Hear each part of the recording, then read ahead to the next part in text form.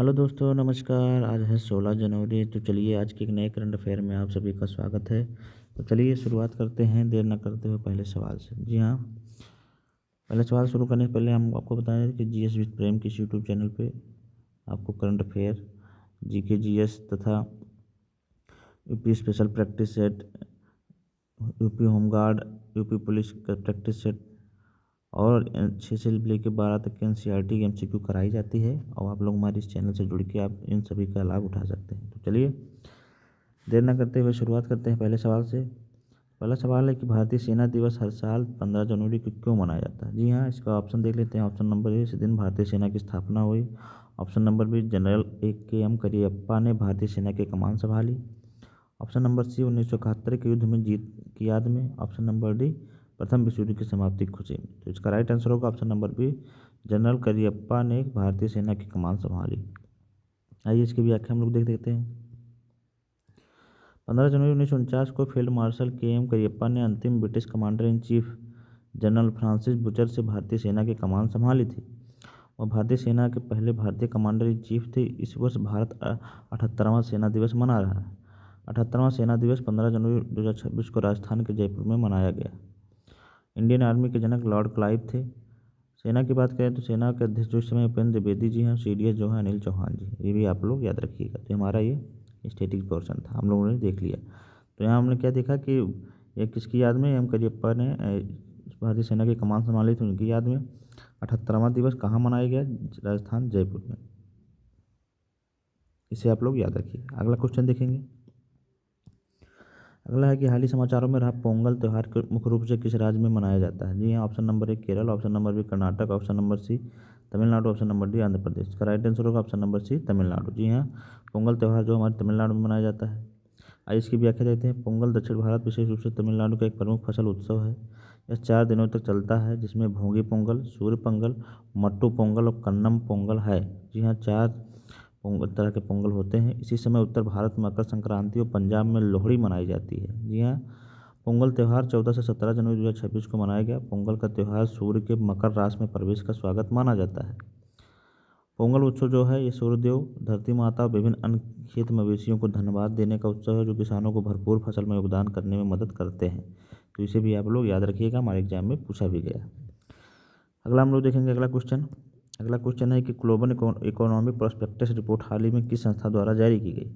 Option number ए, अंतर्राष्ट्रीय मुद्रा कोष IMF, विश्व बैंक, वर्ल्ड बैंक, विश्व व्यापार संगठन WTO, विश्व आर्थिक मंच WEF। तो इसका राइट आंसर होगा ऑप्शन नंबर बी, विश्व बैंक। जी हाँ, विश्व बैंक के द्वारा ग्लोबल इकोनॉमिक प्रोस्पेक्टस रिपोर्ट हाल ही में जारी की गई। आइए इसकी व्याख्या हम लोग देखेंगे। विश्व बैंक वर्ष में 2 बार ग्लोबल इकोनॉमिक प्रोस्पेक्टिव रिपोर्ट जारी करता है। इस रिपोर्ट में वैश्विक विकास दर और उभरती अर्थव्यवस्थाओं जैसे भारत के लिए आर्थिक विकास के अनुमानों को विश्लेषण किया जाता है। हालिया रिपोर्ट के अनुसार जनवरी 2026 में बताती है कि भारत 7.2% की तेज वृद्धि दर के साथ सबसे तेजी से बढ़ने वाली अर्थव्यवस्था बना रहेगा। तो यहाँ हम लोगों ने देख लिया।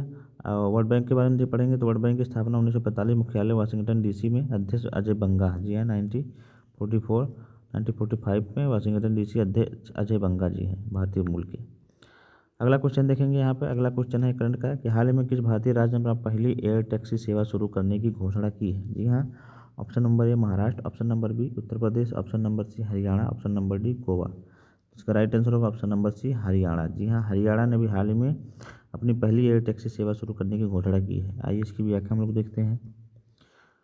हरियाणा सरकार ने क्षेत्रीय कनेक्टिविटी को बढ़ावा देने के लिए चंडीगढ़ से हिसार के बीच देश की पहली एयर टैक्सी सेवा तर्ज पर नए रूटों का विस्तार किया है। इसका उद्देश्य कम समय में अंतर्राज्यीय यात्रा को सुलभ बनाना है। एयर टैक्सी की जो शुरुआत भारत में चंडीगढ़ से 2021 में उड़ान योजना के तहत की गई थी। और इस टैक्सी में एक पायलट और 3 यात्री बैठने की जगह होती है, जिसे आप लोग याद रखिएगा। तो यहाँ हमने देख लिया कि मतलब एयर टैक्सी की जो शुरुआत हमारे चंडीगढ़ से हुई थी 2021 में, और इसका अभी हाल ही में हरियाणा से भी विस्तार किया गया है, इसे आप लोग याद रखिएगा। अगला क्वेश्चन देखेंगे। वन लाइनर के फैक्ट में चलते हैं। वन लाइनर पे हम यहाँ पर क्लियर करेंगे। जी हाँ, आज का वन लाइनर में पहला क्वेश्चन है कि भारत की पहला सोलर पावर्ड ATM वैन किसने लॉन्च किया है। तो ये त्रिपुरा ग्रामीण बैंक ने। जी हाँ, त्रिपुरा ग्रामीण बैंक ने पहली सोलर पावर्ड वैन लॉन्च की है। अगला देखेंगे। दुर्लभ समुराई मार्शल आर्ट सम्मान पाने वाले पहले भारतीय कौन बन गए हैं। तो ये पवन कल्याण जी बन गए। जी हाँ, जो कि आंध्र प्रदेश के डिप्टी सीएम भी हैं, इन्हें आप लोग, और भारतीय अभिनेता, साउथ के अभिनेता भी हैं। अगला देखेंगे, हाल ही में कौन सा देश भेदभाव के कारण यूएन की 7 एजेंसियों से हट गया है? तो ये इजराइल, जी हाँ इजराइल है जो कि वहाँ से हट गया है। और यह एडीबी का न्यू मेंबर, मतलब लास्ट मेंबर भी है 67 नंबर का, एडीबी का, एशियन डेवलपमेंट बैंक, इसे भी आप लोग याद रखिएगा। बामनवास कांकर, जी हाँ बामनवास कांकर किस राज्य की पहली जैविक पंचायत बनी है? ये राजस्थान की है। बहुत ही इंपॉर्टेंट क्वेश्चन आपके लिए, इसे आप 4 स्टार का, इसे आप लोग जरूर लिख लीजिएगा। और जैविक जो राज्य था ये सिक्किम था, जी हाँ पहला जैविक कृषि करने वाला राज्य कौन था? ये हमारा सिक्किम था। यहाँ पर बामन कांकर किस राज्य की पहली जैविक पंचायत बनी है? तो राजस्थान की बनी, इसे आप लोग याद रखिएगा। हेनले पासपोर्ट इंडेक्स में भारत का स्थान क्या है? तो अभी हाल ही में पासपोर्ट इंडेक्स जारी किया गया, इसमें भारत का स्थान 80वां है, जो कि सुधरा है 85 से फिर ये 80 हो गया है, 5 अंक का इसमें सुधार देखा गया है। अगला देखेंगे, मकर बिलक्कू त्यौहार किस राज्य में मनाया जाता है? तो केरल में मनाया जाता है, जी हाँ केरल में, इसकी राजधानी तिरुवनंतपुरम और सीएम जो है पिनरई विजयन है। अगला क्वेश्चन देखिए, इंडिया ओपन बैडमिंटन टूर्नामेंट 2026 उद्घाटन किस राज्य में किया गया? तो नई दिल्ली में किया गया, इसे आप लोग याद रखिएगा।